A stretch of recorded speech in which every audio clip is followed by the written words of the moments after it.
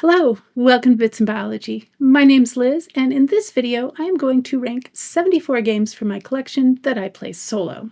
This is the first in a series of videos, or at least a trio of videos. Future videos in this series are going to rank family games and also games that I play two players with my partner. If you want to see other categories, just let me know down in the comments. So I'm recording this introduction after the fact, after I recorded the video, because the first introduction didn't have any sound. But this gives me a unique opportunity to see a couple things that I'd like to do different in some future videos, so I just wanted to let you know what those are, and if you see any other things that you'd like to see different in future videos, just let me know down in the comments. But the first one is that I will make the boxes of I will make the pictures of the games a little bit larger so that you can easily see what those are if you're perhaps on your phone or something. And then towards the end of the video, I'm not very good about saying the names of both games, just which one wins between the heads-up competition. But in future videos, I will try to make sure to say both of the games in case you are just listening to this while you're doing other things. But now we can go straight on to the rankings. All right, so what you're looking at here is the Pub Meeple homepage. If I scroll up, there's some information about that. And we are specifically going to be working with the board game ranking engine. You can actually rank many things. I haven't tried to rank them, but let me see. If I click on this, yeah, beverages, books, brews, characters, comics, lots and lots and lots of things. Video games, that would be interesting if you play video games. But we are going to do board games, so I'm just going to close this because I already have this set up. And so the list that I have put in here, you can import these, by the way, directly from your Board Game Geek. If you keep track of your collection in Board Game Geek, you can import all of your board games over there. Thankfully, all of my nature-themed and science-themed board games I mark with want to play, regardless of whether I have played them or not. That's just my way of tagging them. And so when you import games into Pub Meeple, you can rely on certain filters to filter the games that are coming in. And then I went through, since I can't mark, games I've played solo, I just went through and deleted the ones that were not relevant. Okay, so we have 74 games that I'm going to be ranking. And the way that it works is it's kind of like if you ever have looked at a tournament bracket, it will pair them up. And then I'll pick one, and that one will continue on, and the other one, I'm not sure exactly if it's a round robin type tournament bracket. I think it is, because I think I see the ones that I reject again. In any case, out of 74 items, yeah, that would have to be the case. Out of 74 items, I'm going to rank an estimated 255 of them. So hopefully this doesn't drag on for too long. The reason I am doing this, besides I've kind of wanted to do it for a while, is I currently am healing up second-degree burns on my hand, and so I don't want to subject you guys to that visual by doing a playthrough or anything like that. So until that is fully healed, I'm going to work on this Pub Meeple ranking, and I might do a crowdfunding video or two to pilot that to see what you think about it. And something that I have been meaning to do for a long time, which is going through Board Game Geek and sort of pointing out some ways that you can use it. So we're about to rank 74 items with an estimated 255 comparisons. Here we go. Canopy Evergreen versus Diatoms. So I might not have Diatoms up on the main channel. I actually do have a playthrough on Patreon of Diatoms. It's a long story I'll go through sometime, but not now. It's a great game to play solo, fun puzzle. It's nice to play solo because you can take all of the time you want to figure out, puzzle out your pattern. Plus, the solo mode of this isn't just any random pattern. They actually give you goals, and you work through a progression of those goals, the scenarios, or I can't remember what they're called, to work your way up. And I think you have to beat them with a certain number. It's been a while since I played. A certain number that didn't go into your overflow or discard or whatever. So that's really good. And then Canopy Evergreen is great. I do have a video. I actually have a how to play and a playthrough up for Canopy Evergreen, and that's really fun. So let's see. If I had to choose between Canopy Evergreen and Diatoms, man, this is going to be tough. Oh, I guess it would depend on my mood. This one could go either way. It is definitely a coin flip, but I'm going to say Diatoms because a lot of the time when I want to play solo games that are sort of smaller, I kind of want more of a puzzle. And Canopy Evergreen, I might prefer that one multiplayer. Diatoms is great multiplayer too, but we're going to I'm sorry, Canopy Evergreen, we're taking you out of the running. Oh, no, cancel, not remove it. I choose the one. Man, been a while. Okay, choose Diatoms, right? To make your selection, use the, okay. And we can undo if we need to. All right, Hive versus Verdant, Arizona. This is not going to be a hard choice because I love Hive. It's really good. It's interesting in that it's a print and play game. Well, actually, they just had a Kickstarter where you could order physical copies.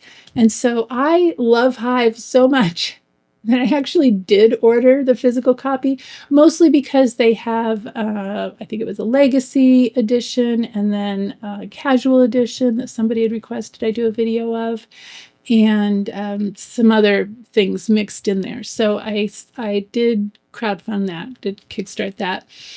But this was originally a print and play that I backed on Kickstarter a long time ago and printed off the different levels. And it's just so much fun. And what I was going to say earlier is it's interesting for a print and play because it takes a while. It's a worker placement print and play solo. I mean, there are modes that you can play 2-player, and I think the new version maybe has some higher player counts, but really it's a solo game and a very good one. So I'm choosing Hive. Oh, I didn't talk about Verdant, Arizona. It's a good game. It's just not quite as puzzly. I did enjoy playing that one with my partner. I do have a video up for it from a while back. It's just a small game. The nice thing about Verdant, Arizona is it comes in a little tin, and so it's easy to take with you when you're traveling. All right, here we have Northwest and Viticulture Essential Edition. Oh my goodness, this is really this is going to be so hard. Oh my goodness. So I would play these for two very different reasons. Viticulture is a worker placement game. Most of you probably familiar with it. I don't know. I'll probably do a playthrough eventually. It's kind of nature related, right? It's grapes. Anyway, that's a worker placement game where you're making wine, and that's really good. I have mostly played this solo on the app because the app is fantastic, and you don't have the mess of setting it up and tearing it down, but it's very satisfying to play the physical version as well. I still haven't gotten my partner to play this one. I think he would like it. Northwest is more of a puzzly game, and I really like the solo mode. I got a chance to play this while it was up on Kickstarter, and I'm eagerly awaiting my copy of the solo mode because I had to send that one back. It was a prototype. Man, Northwest is a little bit quicker. It's pretty thinky. The solo is, I don't know. I don't know. Viticulture is longer than Northwest. I like Northwest because it doesn't take up much space, but then again, neither does Viticulture. Oh man, this is another coin flip. They're just very different games. Okay, if I had to take one to a desert island or I'm locked somewhere for a year and I can only play one of them, I would probably pick Viticulture because I think it has more replayability. But man, that's a tough decision. I hope Northwest comes up again against something where I can keep it. Dinosaur Island Raw and Right versus Calico. Well, these are all going to be tough. I really actually like Dinosaur Island Raw and Right as a solo game, but it's actually more fun, I think, multiplayer, that one. And I love Calico. It's been a while since I've played it solo. It's actually, I have it right back here on my shelf. It's been a while since I played it solo, but I do enjoy it. I really do enjoy it. So we're going to pick Calico. This is not going to be a hard choice. These are very different games, though. Riverside and Genotype. Riverside is very good. This is a roll and write. It's actually very fun to play multiplayer, too. And it's a roll and write where you are taking tourists on a river trip to view wildlife. And I kind of picture it as a Nordic sort of fjord area. And I can't remember the details of what you do, but basically you're filling up your boats, making stops, doing things at those stops, and this is all based on die rolls. And then Genotype, I love this game. This is really good. This is a dice worker placement game that is based on Mendel's work with pea plants, and they did an amazing job with keeping the underlying science of this game correct while making a very fun board game that you don't have to know anything about Mendel or his peas to enjoy this game. It's very good. And in fact, this was actually the first game I recorded for the channel. It was the second one I posted because since I started the channel on Darwin's birthday a few years back, I wanted to play a Darwin game first. And so I actually played, I don't know if you can see it. Yeah. I played the Origin of Species as a solo mode, it's fan-made solo mode, but I think it's actually been don't quote me on that, approved by the publisher, I'm not sure, but it's very good. It's very good. And it's actually a solo mode that was designed by the same guy who designed the official solo mode for the more recent ecosystem games. So this is going to be Genotype for sure, but I do like Riverside. It's definitely a good game. Mr. Cabbage Head's Garden versus Honeybuzz. Again, two very different games. Mr. Cabbage Head's Garden, I could not track down a physical version of this game to save my life, which is fine. It was a little tricky to do, especially with tokens and such, but I did do a print and play of it, and I have played it once. It was good. I don't remember it being particularly memorable, but a lot of people love this game, so I feel like I need to give it some more chances. But Honeybuzz, I really like this one. This is another worker placement game. You're seeing a trend, I'm sure. Honeybuzz was really fun solo and multiplayer, so I've played it solo, 2-player, and 3-player. And I liked it for all of those. So we're going to pick Honeybuzz. Kohaku or On the Origin of Species? Well, Darwin has a sort of, I have a soft spot for any game about Darwin or DNA or genetics, so, or evolution. So I'm probably going to pick that one, but Kohaku is really good. It's a tile placement game where you're basically building a koi pond, and my mom actually likes this one too. She gets a little confused sometimes with the scoring, but if we play it at least 2 or 3 times within a couple weeks of each other, she does great. I really like this because it's relaxing, but I think, again, I prefer to play this one multiplayer. I have other tile laying games that kind of do the same thing in my brain that I like to play solo, so definitely On the Origin of Species. And in this one, you are following Darwin's voyage through the Galapagos. It's nowhere near as involved as Darwin's journey. And you are picking up, picking up specimens. It's been a while since I played that one too. Too many games. Anyway, the artwork is amazing. And I really liked this one solo. It's a nice, relaxing one. Now, again, it's not an official solo mode in the box that I know of. I don't think they've added it, but if you go on the files on Board Game Geek, you can find it there. It's really good. I might have linked to it in my video of it. So again, this was the first video that went up on the channel. Super Slopes versus Pandemic Hot Zone North America. Super Slopes is okay. Actually, have I played this one solo? Yeah, I did. I played it solo before I played it with my partner. It's okay. It's a little button shy game, quick one you can throw in your pocket or something and take with you. But, it's good for travel.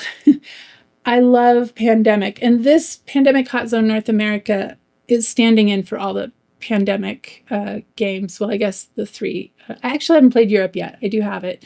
Hot Zone North America is the one I've played most recently solo because it's a small map and you're, tracking a pandemic across North America. Surprise, surprise. Interestingly, I think this came out at it had just had terrible timing. It was already in production, and it came out either during or right after the COVID pandemic, the height of the COVID pandemic. And I think it didn't sell very well because people were just like, I can't do pandemic. And Europe came out, I think, about the same time or shortly after. But I really like it. What I like about Hot Zone North America is it's a smaller game. It plays quicker than regular Pandemic. For regular Pandemic, I actually prefer to play that one on the app because, again, setup and all of that.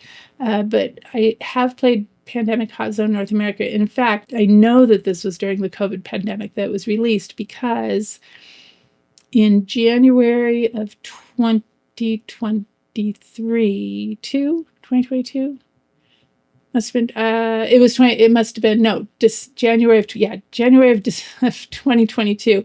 I was sort of locked in the bedroom playing games the whole time because I was sick with COVID. So and I didn't want to get anybody else sick, so Pandemic Hot Zone was one of the ones that I played. So we're going to pick that one. Trek 12 Himalaya, which is a little roll and write where you are basically you're rolling dice and filling in, trying to make sequential numbers, or at least ascending and descending. I don't think they have to be exactly sequential in a small area, and you get points depending on groupings and sequences and how many blank spaces you have and that sort of thing. Really cute. Aqua Rove is very much a pattern, sort of almost like a programming game of cards. This is a button shy game. We have 18 cards, and they all have specific instructions for how to move the cards in your grid, and your goal is to get them in a certain orientation at the end. Wow, for a little 18-card game, this one almost broke my brain. It was very thinky. You had to juggle a lot of things in your head. It looks like it's going to be so relaxing. And I wouldn't call it relaxing. It was fun. It was quite the puzzle. So these are two very different, like Trek 12 Himalaya is very relaxing. I've been wanting to find Trek 12, I think it's Amazonia. I can't find it anywhere. I do like the Trek 12 system. So if I were to take one with me, to be honest, Aqua Rove probably has more replayability just because of the way that the rules work as far as moving things around. You're unlikely to run into the same sort of exact decision making twice. I don't know if you can hear my son in the background. Hopefully my mic doesn't pick it up. It's directional, but he's on the other side of the wall playing video games with his friends. So having fun. So if you can hear him, that's what's going on. Oh goodness, Aqua Rove versus Trek 12. Okay, again, we're going to do the deserted island. I don't know. Locked away somewhere for a year with all your board games. Honestly, I really, oh man, this is tough. This is interesting because I actually have a campaign that I have not played yet. I think it's still in shrink. I think because it came after I sort of stepped away from the channel for a little bit for mental health reasons. So I haven't opened it yet because I want to open it for you guys, and I haven't really had a lot of time to play games. So I'm going to cheat a little bit here. And since I do have that expansion campaign or whatever it is, I'm going to pick Trek 12 Himalaya. Okay, well, those of you who have watched any of very, very much of this channel know that I'm going to pick Darwin's Journey. That is one of my maybe my all-time favorite game. I love this game. This is interesting because these are both very heavy games, and I like Terraforming Mars. I like it better multiplayer. The only solo mode I've played, it's kind of like a beat your own score. This was one of the first solo games I played years ago when we first started getting into board gaming. And in fact, this is a funny story because Terraforming Mars, very heavy game. And it was one of the very first games we played. We got a couple, well, we played games with our son when he was young, and that's kind of how we got into, more adult board games. That sounds kind of weird, but, things that are not like Skip Bo, right? Or Uno.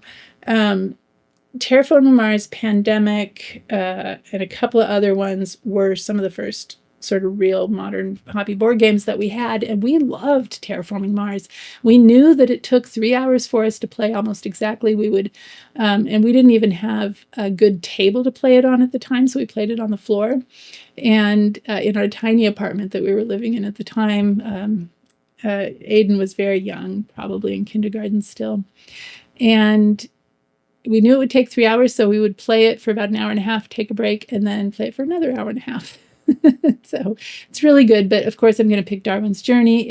If you don't know about Darwin's Journey, this is a worker placement game where you are basically, the premise is that you are following Darwin, after, like, I guess your assistants or something. I actually can't remember the whole premise. But you're following the beagle through the Galapagos Islands. They did a remarkably good job with the number of islands and the placement of them. You can get off the boat and explore the islands, and then up top there's an evolution track where you're trying to collect specimens to send back home. And then the worker placement part up top is you're choosing different spaces so you can complete different tracks. Anyway, really great game. Definitely a heavier game. It takes a while to play, but I love this game. Multiplayer, solo, whatever. I play it solo more because you can't always get people to play it with you as often as you want. So we picked Darwin's Journey. I need a drink of water. All right, Bonsai versus Wild Gardens. Not a hard decision here, but these are both good.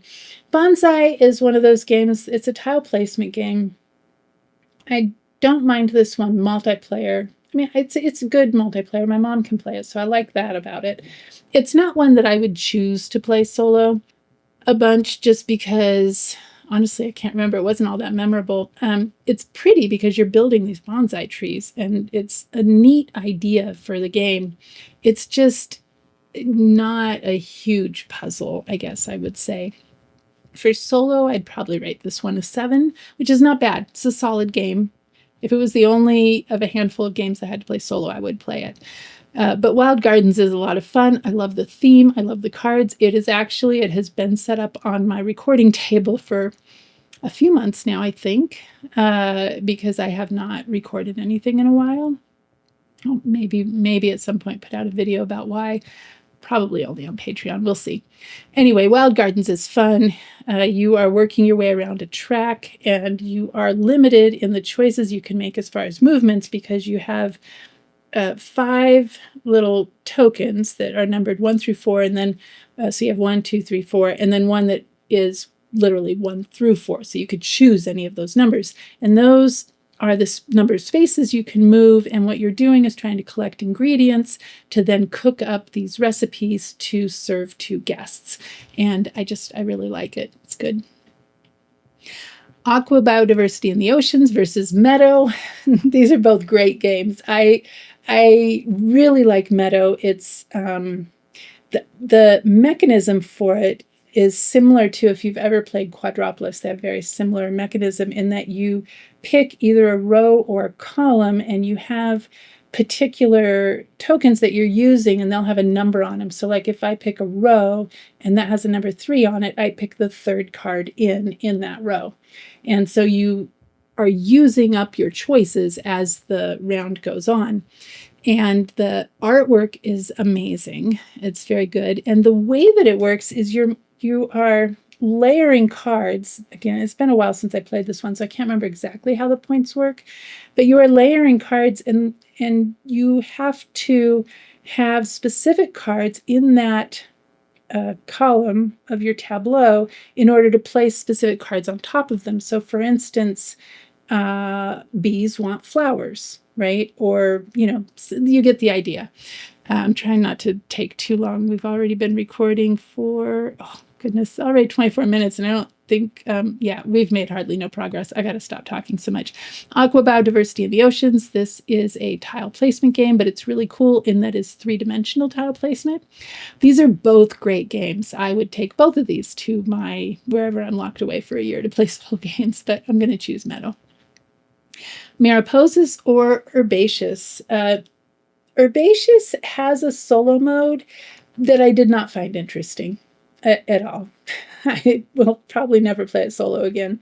So not going to play that one. I didn't actively dislike it. It just was not interesting. However, I love playing this 2-player with my partner. It's very good as a competitive game, and the artwork is real pretty for that one. You're basically collecting, it's set collection with cards, different herbs. Mariposas is by, well, I can't remember her name, Wingspan designer. I hate it. So this is where you're going to learn that the place you store proper names of things and people and the place where you store the information about them, 2 different parts of your brain, and those 2 parts in my brain do not like to talk to each other. I was hoping her name would come, Elizabeth Hargrave. Yes, I knew it would get there. So Mariposas is about the migration of the monarch butterflies from Mexico up through North America into Canada and then back again, and really well done. Actually, I don't know why I have not gotten this one to the table multiplayer, but I've played it solo a number of times. And while it's not super interesting as a solo game, it is good, and it's definitely way better than Herbaceous as a solo game. We get Diatoms again versus Verdant. Verdant's really good solo. This is interesting. I love Verdant multiplayer too. It's a really good game. It's a really interesting the way the solo mode works, in the way that your choices cycle like they're on a conveyor belt off of the, out of the market, and you're making, specific pattern. This is tough. These are both pattern building games. Verdant is cards, Diatoms is tiles. Tough.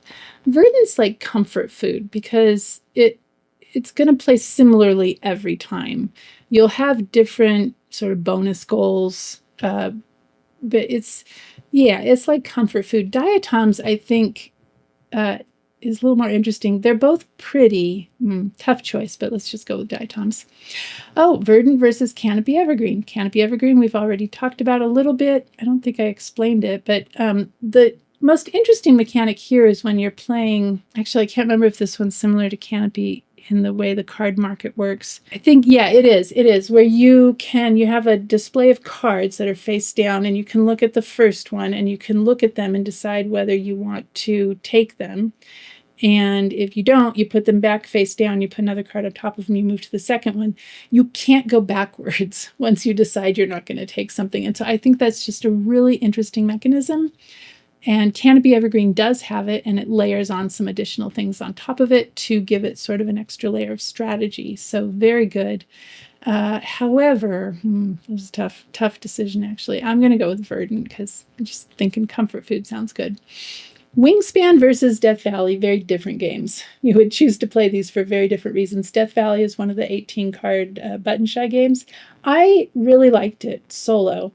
I haven't played it with my partner yet, but I thought it was a really interesting solo puzzle. Very lightweight, whereas Wingspan is not. In Wingspan, of course, tableau building game. I think this is the game that really started the whole nature games trend. Elizabeth Hargrave designed Wingspan, and you have a tableau of cards, forest, meadow, and wetlands, or not meadow, prairie and wetlands, and you are putting birds in there, and then you every time you do an action in the specific rows, you get to activate powers on the cards. It's really fun. So they're both great games. Death Valley is very much lighter than Wingspan, and I do love Wingspan. The app for Wingspan, very good to play solo. Although the solo on the app, you are playing an AI as if it were multiplayer, and not solo like that. This is interesting. I actually haven't played Ginkgopolis solo in a long time. I love Ginkgopolis. I think I like it better multiplayer. This one, you're sort of building up a city, but the idea is you have to have, I think parks are an integral part. It's been way too long since I played this, so I should probably just shut up right now. Anyway, it's really good. It's a tile placement game. Also 3-dimensional, but in a different way than Aqua. The Isle of Cats Explore and Draw is one of my all-time favorite solo games. It's so fun, And it's great. It's easy to set up. The solo mode is awesome. And this is kind of like Isle of Cats with the tile laying, except this one you have a dry erase board and you're filling in where the tiles would be with your dry erase marker. And the way that the solo works is you are trying to get more points than the sister, that's the AI robot, and it is challenging, and you really have to balance a bunch of things in your head. It's very good. Search for Lost Species and Unsurmountable. This is not a fair matchup. Unsurmountable is another button shy card game. It is a really fun puzzle. In this one, you are in pyramid style you're building the cards up, and you're trying to build a path up, and you have certain constraints put on you, and what's the word I'm looking for? You have certain abilities on the cards you can use, but you don't want to use too many of those because you don't want to use up too many of the cards and then not have a way to get to the top. So it's really good. I took this on our trip to Dinosaur National Monument and played it a few times.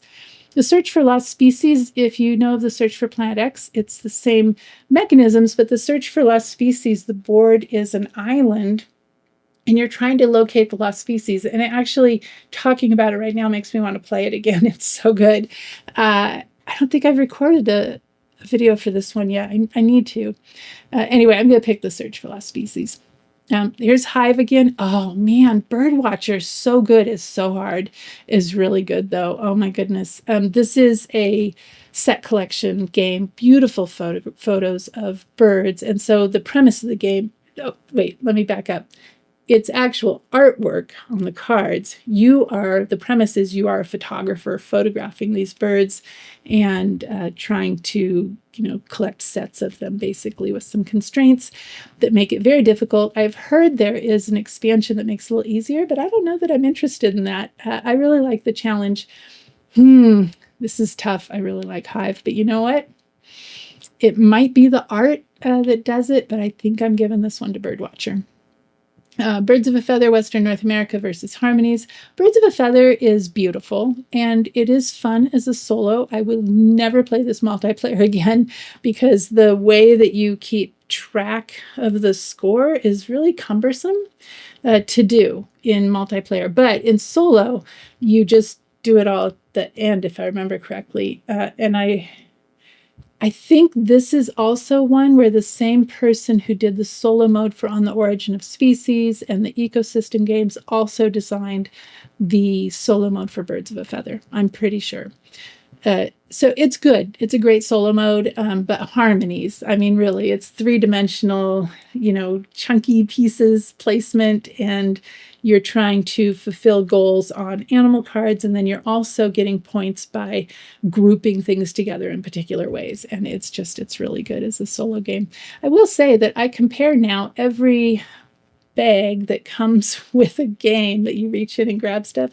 I compare it to the one in Harmonies because the one in the Harmonies is terrible. It already is getting a hole in it. I think I had to patch it up. It's so thin. Anyway, but the game is fantastic. Beacon Patrol versus Aquamarine. I have a funny story about Beacon Patrol. So our family, if you've watched this channel for very long, know that our family doesn't really like cooperative games. This is a cooperative game if you play it multiplayer. And I played it with my partner and our son, and we had a really good time. Surprisingly, it is a fun solo game as well. This is a tile placement game where you have tiles that have like a little bit of land and a little bit of water, and you're trying to line them up in specific ways, I think, to have continuation of water, if I remember right. It's been a while, but it's really fun. I do now have an expansion for it that I have not tried yet. Aquamarine is one of the first roll and write sort of solo games that I backed on Kickstarter. This is by the same designers who did Waypoints, which is one of my all-time favorites, sort of print and play roll and writes.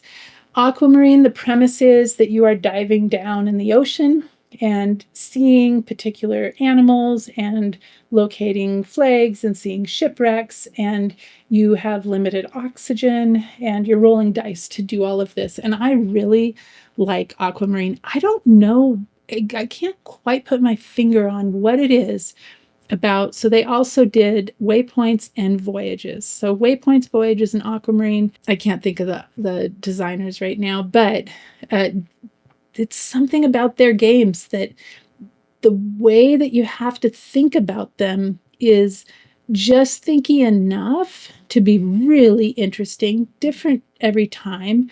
And I just love Aquamarine. It's really good. And the Sea Voyages is another one. The name's totally on the tip of my tongue. Very good designer. Try and pop it up on the screen. Lands of the Mesozoic. This is a tableau building game.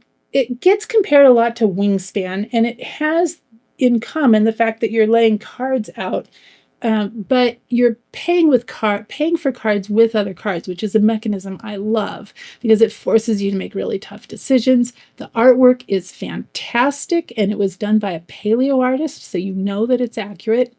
And it has some really good decisions that you make. Voyages is also good, but it's a little print and play. So this is not a fair matchup, and I have to give it to Lands of the Mesozoic. Voyages is good, though. It's Matthew Dunstan, and I can't. That was the designer, Matthew Dunstan, and another person. Try to put that up on the screen.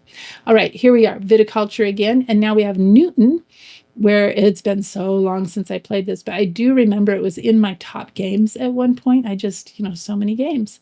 It's fun multiplayer. It was fun solo.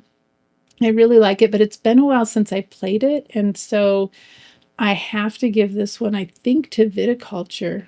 This is a Euro-style game.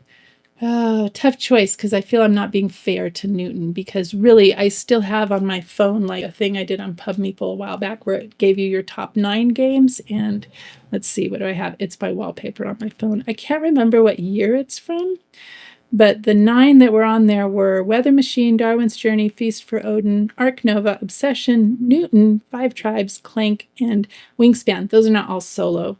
Well, actually, the only 2 on there that I have not played solo and wouldn't is Five Tribes and Clank. But so Newton was really up there. It looks like number 6 at some point. That's tough. I still have to give it to viticulture. Wow, this is totally unfair. Newton is a Euro game. Northwest is like a little puzzly tile laying game. Ooh, the solo for Northwest is very good. Again, I'm probably not being fair to Newton. It's been way too long since I played it, and probably the reason is if I looked at how long it takes to play it, it's probably an hour game. Whereas Northwest, you can get one of those games out, maybe 20 minutes for a solo game. Okay, I'm going with Northwest. Oh, Earth and Wingspan Asia. Oh, this one should go away. Wingspan, I thought I took this out. I've played Wingspan Asia 2 players. It does have a solo mode. I have not played it. So we have to take that one out. I probably messed everything up. Okay, so I guess we'll come back to that. Calico versus Parks. Parks is awesome. I really like this one, not only for the thematic sort of memories that it brings up, because I have visited a lot of the national parks. It's also really fun. I love the solo mode. This was one of the ones that I was so surprised because I played it solo for the channel, and I might not have played it solo if I didn't play it for the channel because I was going to do a playthrough. And I was blown away by the solo mode. I want to say the same was true of Verdant, but don't quote me on that one. But I know it was true for Parks. The solo mode is very good. And I have not gotten the 2nd edition because I love the artwork on this one so much. I think they updated a few rules, but I'm keeping the 1st edition. I love it. So if it were up against Calico, I would have to choose Parks. Three Sisters, this is a roll and write game that takes up 2 sheets. It's one of the bigger roll and write games against Scoventeer, which is I don't even know how to describe this one. You have cards in a circle, and you're moving this little badger around, and it's based on, is it Finnish? I think it's either Icelandic or Finnish folk tales. It's really hard. It's been a little while since I played it. I played it quite a few times after I first got it, and then doing the channel has really cut into my solo gaming time. Because it takes so long to set up for a video, prepare for a video, and then you do the playing, and then that doesn't take long. That's playing the game. But then editing takes forever. So this is why you're not going to get a bunch of, fancy pictures and overlays on this one. It's just what you see is what you get. So, and the Three Sisters, roll and write, Also good multiplayer, by the way, except it is a bit multiplayer solitaire, but I like it. My partner and I are very competitive, so if we can compare points at any time, we do. So, oh man, this is a little bit of a tough choice, but I think Scoventier is going to edge out Three Sisters. Now, this just might be because I've played Scoventier fewer times, and so I am still intrigued by the puzzle of it. Three Sisters I do like, but again, it's more like comfort food. So we're going to go with Scoventier. Oh man, this is a tough choice. Genotype versus Endeavor Deep Sea.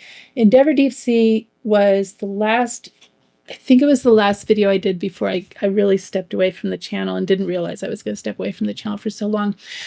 In fact, that video was a little bit of the reason that I stepped back. I was already, I'm not going to go into detail, but I was already in a state that it was getting more difficult to find the time to make videos. Life in itself was a little overwhelming.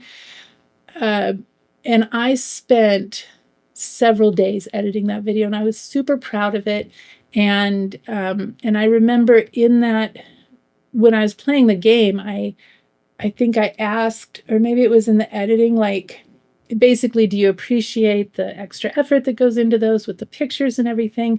And not a single person responded. And I think that just sort of a little bit took the wind out of my sails, because I love doing that editing, but I'm not just doing it for myself. Like, part of that I like is doing the research, but I can do that without doing the editing. And the editing takes a long time. And if it's not something that people are enjoying as part of what they're getting, then it's not, really worth that much effort to me to do. And so I really was struggling with, do I still put in that much effort? And I'm still struggling with that, but luckily, because of the burn, which was not lucky, but I don't have to think about it yet, because it'll be probably another week before this isn't ugly. Okay. Anyway, genotype, we talked about that. So good. But Endeavor Deep Sea is fantastic. You are laying out tiles and diving down into the ocean, and you have your workers that you choose. Each round, you choose a certain number of them to do specific tasks based on where you are on your ever-growing board. And you have worker discs that allow you to do those tasks, but you can only take back so many of them each turn. And how many you can play and how many you can take back, and then some other things as far as where you can travel, is all dependent on these tracks that you move up based on things you do on the board. And oh my goodness, it is so good. It's great multiplayer. It is great solo. It's just so good. Now, while Genotype is also an awesome game, I'm never going to get rid of it. I have to give this one to Endeavor Deep Sea. Okay, I think it's interesting that these ecology games came up against each other. So ecologies versus ecosystem. Ecologies is interesting. It has an official solo mode, and I haven't played it multiplayer yet. It's sort of an educational game. Like, you could really use this in the classroom to teach concepts of ecology. And the solo mode is okay, but it leaves you feeling like you wanted more. And so I know that there was another woman was playing this at the same time as me, who was in one of the solo groups on Board Game Geek, and we were both trying to come up with ways to sort of satisfy that. We need it to be just a little more puzzly or a little more chunky, or have it. I think it was that the decisions were not as hard or as difficult or as challenging as you wanted them to be, right? It seemed like decisions sometimes were like, I could do either one. And I don't like that in games. So I'm not going to get rid of it, because I think it has the potential to be a good solo game. And I love the premise of it. So I won't get rid of it, but I wouldn't choose it here. Ecosystem is actually quite good. I love the solo mode of this. And I played it solo a bunch of times before I even thought to bring it out multiplayer. And the reason I did is because when I was working late last fall, I wouldn't get home till probably around 6. We usually eat dinner around 5. So we had to do a quick game because we play a game most nights. And this was one of them. And I also have, so this is standing in for this ecosystem coral reef and ecosystem savanna. And the way it works is you have, so it's pattern building. You have a grid that's, I can't remember, I think it's 5x4, in that realm anyway, where you are drafting cards. So it's one of those ones where you have some cards, you choose one of them, and then you pass those cards along and somebody passes you. So you might see some of those cards again, but at some point you won't, and somebody else could take them. And so you're trying to balance, like, I need this to score points because they score based on what's near them or where they are in the grid. And then, but you don't want to give other people things that they need. So a little bit balanced. It's really good. So very good ecosystem. Ancient knowledge. This was one I put in here because I figure, it's knowledge. It kind of is related to the premise of science. So ancient knowledge versus, this is tough, enchanted plumes. I love the solo mode for Enchanted Plumes. This is such a table hog, though, for coming in such a tiny box, but I talk about this every chance I get because it has not been rated by very many people on Board Game Geek, and it's a great game. It's great multiplayer and it's great solo. The solo mode's very good. In order to find the solo mode, you have to go to the files section of Board Game Geek, but it is an official solo mode created by the designer. So, and it is good. It's quite good. Ancient Knowledge, also very good. Now, this is going to suffer a little bit from my, I'm just enchanted with Enchanted Plumes. I really do enjoy it. I'll never get rid of it. It's a lot of fun. Ancient Knowledge is great too. I love the premise of it, where you're gaining knowledge and the way that cards move off the top where you're playing them. It's actually been a while since I played it. This was also very good multiplayer. So good solo, good multiplayer. But I think I have to give this one to Enchanted Plumes because it's just been a favorite for so long. Fleet the Dice Game. This is by the same people who did Three Sisters. I'm pretty sure it's the same designer. It's for sure the same publisher. So very good. This is a dice version of the game Fleet, which is a card game, which we also have, but I don't think that has a solo version. Actually, I don't know. Fleet the Dice Game is very good. Scratches the same itch that Three Sisters does, where you have multiple things you're juggling in this roll and write. Naturopolis is, if you know Sprawlopolis, it's the same idea. I've actually not played this one as many times as I've played Sprawlopolis, but I love it. I am terrible at these games. I think you have a score target that you're trying to beat, and I almost never, sometimes I don't even get close. It's pretty ridiculous, but it's a lot of fun to play. And I think Naturopolis is going to edge out Fleet. I think Fleet is more of a game than, Naturopolis is a game, but Fleet is more thinky and you're trying to figure a lot of things out. And it definitely satisfies I have 30, 45 minutes, to play a game and I want to think a little bit, but have fun. And it's got a fun theme, which is fishing, fishing fleets and all of that. So it's a very good game. I do love it, but I'm going to bring this out to Naturopolis. This is one of those 18 card button shy games. Honey Buzz versus Food Chain Island. Food Chain Island is also a button shy. I should just do one of these for button shy games. Food Chain Island, you're laying out a grid of animals. Wait, how does this work? I think you shuffle the cards, you lay out the grid, the animals are where they are, and then they each have certain rules on them that will cause, like, the bigger ones eat the littler ones, right? And you are trying to get down to, I can't remember if it's 1, 2, or 3 cards. It's in that ballpark. It's actually a lot harder than you would think it is, but very fun. Great to think about. Honey Buzz is also quite good. Worker placement game where you are harvesting pollen from flowers and then making different kinds of honey, and it's tile placement and worker placement all in one. It's a tough decision. These are very different games. I've been giving it to the lighter games a lot. That's kind of unusual. I think I have to go for Honey Buzz on this one because Food Chain Island, I feel like it is great to have. I probably will never get rid of it.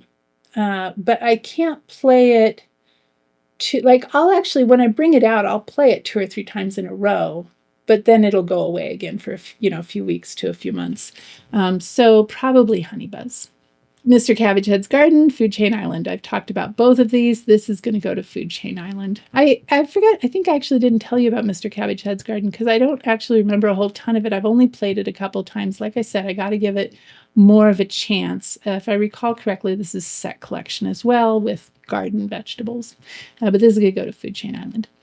Cascadia versus Finspan. Really? You're going to do this to me? Oh my goodness. This is horrible. I love Cascadia. In fact, I'm going to be playing Cascadia in the World Series of Board Gaming. It's over Labor Day weekend this September 2026. And Cascadia is one of the games I'm going to play. I love Cascadia. We just played it the other night. I want to say 2 or 3 nights in a row because we're trying to play the games that we're going to play at WSBG. Both my partner and I are going. We're taking our son with us, who's probably going to be playing video games or hanging out by the pool the whole time because he just turned 14. Man, Finspan's so good too. This is a Stonemaier Games game, but it is not designed by Elizabeth Hargrave, but she was a developer, is my understanding, if I recall correctly. I can't remember the designer's name, but man, they did a good job. And I think that it's interesting because a lot of people think that this is lighter than Wingspan, and I don't think it is because there's a few extra things you have to keep track of because when you discard cards, they go into your own personal discard pile and you can get those back. And I think having that mechanism on top of your trying to get fish eggs into fish, into schools of fish, there actually is, I really don't think it's lighter than Wingspan. If anything, it's maybe a wee bit heavier or about the same, but very good. Oh, man. This is a tough decision. Okay, I got to think. Choices. If I had to take one to my year-long, I'm being locked somewhere. I hope I can go outdoors, wherever it is I'm locked at, playing. Oh, man. I think I have to put it to Finspan. Now, Cascadia, I do like the solo mode, but I actually like this one better, multiplayer, I think, because of that dynamic of people taking things that you want. And oh my goodness, they always take the things you want. But very good solo as well, but I'm going to give this one to Finspan. Floriferous versus Forest Shuffle. I probably shouldn't have put Floriferous in here. I have played it solo, and I remember liking it, but it's not totally memorable to me. Something about cards and moving from left to right, and I'm not doing this justice.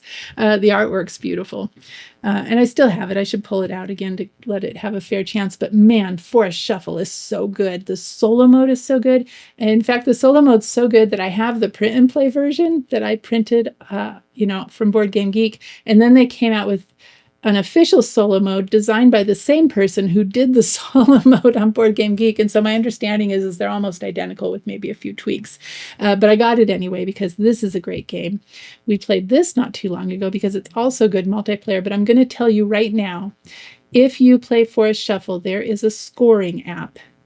Get the scoring app. You just go through and you take a picture of each of the cards. You scan each of your trees with the stuff hanging off of it, and it scores the whole thing for you. It's awesome.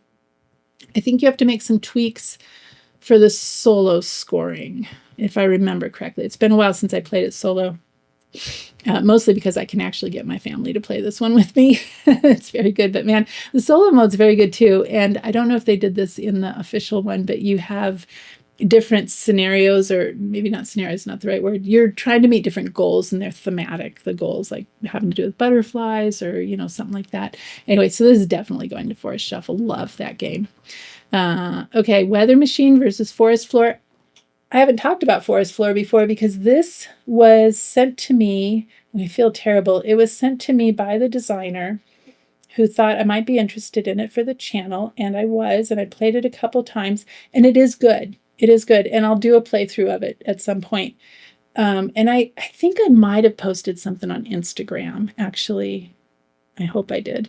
But I'm still going to do a playthrough. He didn't ask for a playthrough or anything. He just said, I thought you might be interested in this. But of course, he probably expects me to say something about it. But I liked it. It's really good. My only criticism of that one is I want to say some of the drawing that you had to do was a little fussy because you have to draw little symbols in these hexes. If I recall correctly, it's hexes. I have it right here. Let's see. Let me grab it.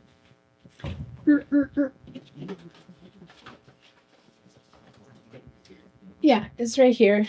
So you see that? Yeah. So you're filling in these You're filling in these hexes with symbols. It's a roll. It's a roll and write. It was really good. It was a little bit thinky, and definitely I will play that again. But Weather Machine, man, this is not a fair matchup. Weather Machine is a heavy Vital Lacerda game. I'm pretty sure if you did it numerically by Board Game Geek ratings, this is the heaviest game that we own. My partner will actually play it with me, which is pretty cool. And Forest Floor is not heavy at all. It's very light. This is not a fair matchup. I love Weather Machine, and I disagree wholeheartedly with all the people who say it is not thematic. It is totally thematic in that it is mimicking the process of science and getting funding and publishing papers. And sure, it's fantastical that you're controlling the weather, but it's not really. We do control the weather on a micro scale. If you've ever been to a ski resort, they can create snow, right, for when they're low on snow. Now, I don't think they can create as much as they would like, but they can. So we can do a little bit. But the premise of this, so the underlying premise is, this mad scientist sort of messed up the weather and now you have to fix it. But the underlying mechanisms of the process of science, very good. His daughter, Vital Lacerda's daughter, I found out from a back and forth with him. She's a biologist. And so she consulted on this game. And so I love this game. And it's actually the game that got me thinking that I would love other Vital Lacerda games. And so Inventions, Evolution of Ideas was sent to me. That was a Board Game Geek Secret Santa. I got so lucky because whoever had ordered it on Kickstarter, I don't even know who my Secret Santa was. They were so generous. I think they must have seen something in my wish list because I don't think that was in my wish list. It might have been. No, it wasn't, because they said, did I mind if they went off list, and did I mind if it was used in such a way had been opened but not played? And I was like, sure. And when I got the box, it was wrapped. It was beautifully wrapped. It was awesome. So I put it under the tree and didn't open it until Christmas. And I was so ecstatic because Vital Lacerda game's not cheap. so I mostly can't justify getting them. But yeah, I'm ecstatic. That was a good game. My partner didn't like it at all. So that's going to be a solo game for me. Very heavy. It takes a while to set up, so it probably won't be often, but I love it. So we're going to give this to Weather Machine. But Forest Floor is good if you want a nice little roll and write, a little bit thinky, just thinky enough. On the Origin of Species versus Tussie Mussy. Tussie Mussy is actually designed by Elizabeth Hargrave. Was actually released after Wingspan, but she designed it before Wingspan. Just happened to be the way publishing works. And it's a very good little 18-card game. You have to get an expansion to play it solo, but the solo mode is quite good, very relaxing. When we go to things like our son's chess tournaments and stuff like that, we take Tussie Mussy with us because we both like it. It's a good 2-player game as well that you don't need an expansion for. I think it plays up to 4, but I can't imagine. So we've played it 2 players. Very good. But little 18-card game, very quick. On the Origin of Species, I've already talked about. I do really like this one. If I had to take one to where I'm going to be locked away, oh man, very different games. Again, not a fair matchup. I should do these based on Board Game Geek weight ratings. Oh my goodness. It's got to go to On the Origin of Species because, it's Darwin. Okay. Oh, here we go. Second chance, but not a great matchup either. Tussie Mussy versus Kohaku. I like both of these. They're both relaxing. Kohaku I've talked about. It's tile placement game, tile laying game, where you're building a grid that's a koi pond. This actually is a little tough. For the solo mode, I think I have to give this to Tussie Mussy. I do like Kohaku a lot, and I love the fact that my mom can play it and likes it. Okay. Oh, Messina 1340. Oh, no, it has to be up against Arc Nova. Well, you know where that's going to go. I love Arc Nova, and this is another game that I am playing at the World Series of Board Gaming.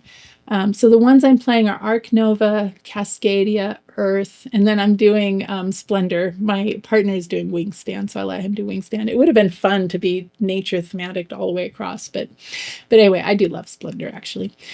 Arc Nova is right up there with Darwin's Journey for all-time favorites. And Messina 1347 was a total surprise to me. This was a deal of the day at Game Nerds, and I wasn't going to get it, but then I just happened to read the description because the cover, you have to admit, does not look appealing at all. And so I wasn't going to get it. It must have been pretty cheap, but it's about the plague arriving in Messina in 1347. And I did my dissertation research was related to plague resistance in prairie dogs. And so I had to get it. And we played it, and it's really good. I talked about this in one of the vlogs. I don't remember which one, but if you look at the thumbnails, I always put the pictures on the thumbnails of what I'm going to be talking about. And that one's in there. It's so good. That is a good game. And the solo mode is very good as well, but it's good multiplayer. It's all good, except I have to give this one to Arc Nova. It's one of my all-time favorites. But man, Messina 1347, if you've not heard of it, you should check it out. All right, Koala Rescue Club and Caldera Park. Oh, this is totally not fair. I like Koala Rescue Club. I did a couple of playthroughs, and this is funny. I love doing the little print and play roll and write playthroughs on the channel, and they have the lowest views of any of the videos, but I'm not going to stop doing them because the people who do watch them and comment on them, I think really like them. So I'll keep doing them. You guys will keep not watching them. That's okay. If you do watch them, let me know. Anyway, Koala Rescue Club was really good. Now, this was interesting because it has several maps. I can't remember how many. The first map was good, but after a couple of plays, it gets a little stale, right? And so I was like, okay, I was a little skeptical at first, and then I played the second map, and that one was way better. I can't remember if I've played the third map since then. It has at least 3 maps. Anyway, it's really good. It's a cute little game. And, you know, koalas and some of the profits go to helping koalas, so that's fantastic. But Caldera Park is a tile-laying, pattern-building game that's good. We need to play this one again, actually. It's been a while since we've played it multiplayer. It's good solo and multiplayer. I do have a playthrough of this, and how to play in a playthrough. And that one actually, surprisingly, is one of my top viewed videos, which has totally taken me by surprise. What I love about this game, I mean, I love the mechanisms. It's fun, the tile placement and the pattern building. And I'll tell you something else about the multiplayer in a moment. But it doesn't say that it's based on Yellowstone National Park, but it's based on Yellowstone National Park. So if you watch my video, I put in a bunch of fun things because I worked in Yellowstone National Park for, I think it was 5 years or so. Nothing fancy like a ranger or anything. I was a waitress and a bartender. This is before I went back to school. So anyway, I love Caldera Park for both those reasons. It's a fun game, and the solo mode is good. I think it is beat your own score, or maybe it's beat a specific tier to get, you know, whatever, which I'm not always a fan of, but you don't have to take care of an AI or anything like that. So it's really good. Fun. It's fun multiplayer because it has this sort of bingo style way that the tiles get called. So I'm not going to go into detail because I can't remember all the mechanisms of how that works. And I'm talking about solo games in this video, but it is very good. I like it. It's light. My mom actually likes it, although it's almost got a little bit too much for her. She doesn't like to juggle too many different things. It doesn't matter how light the game is. She doesn't like to juggle too many different things. So if we play this one again, which we should, we'll have to play it a few times in a row. So it's going to go to Caldera Park, but I do like Koala Rescue Club. It's a print and play. It's totally cheap, like $5, and you download it. It was designed by Phil Walker Harding, who did a bunch of very different games, but he's very well known for family weight, good family weight games. Caldera Park. Cat Lady versus the Fox Experiment. Oh, I hope you have watched my video of the Fox Experiment because this game is based on research that was done. The research is very good, and the folks who go at it for animal rights reasons actually are going after it for the wrong thing. So you'll have to watch the video. I'm not going to go into details here, but the guy who did this research, initiated it and ran it, was a Russian scientist, and he was doing this in Russia.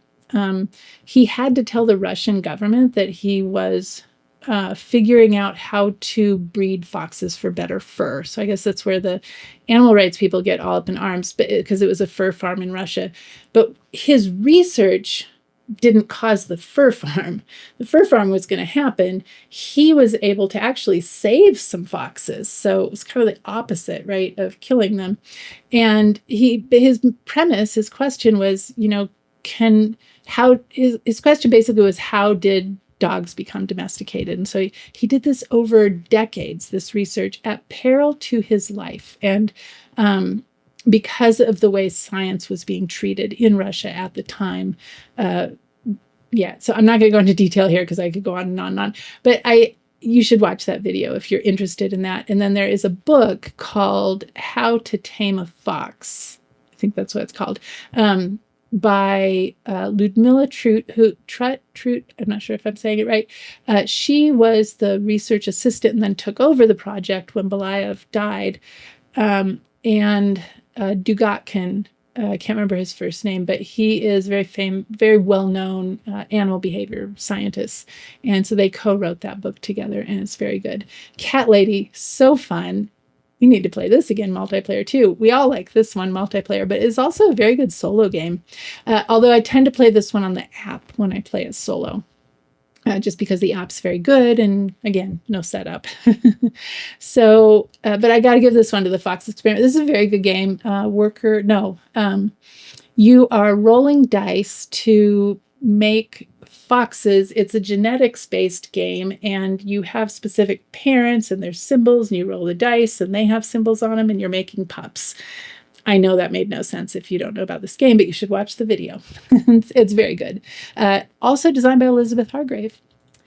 Okay, Pandemic Caught Some... Oh, Etowah. This is really good. This is an Uwe Rosenberg game that is based on the ecological value of bats, fruit bats in Ghana, and how nurturing their habitat and, basically not driving them out of their habitats actually helps the farmers. So you have bats and fruit and the people in the villages.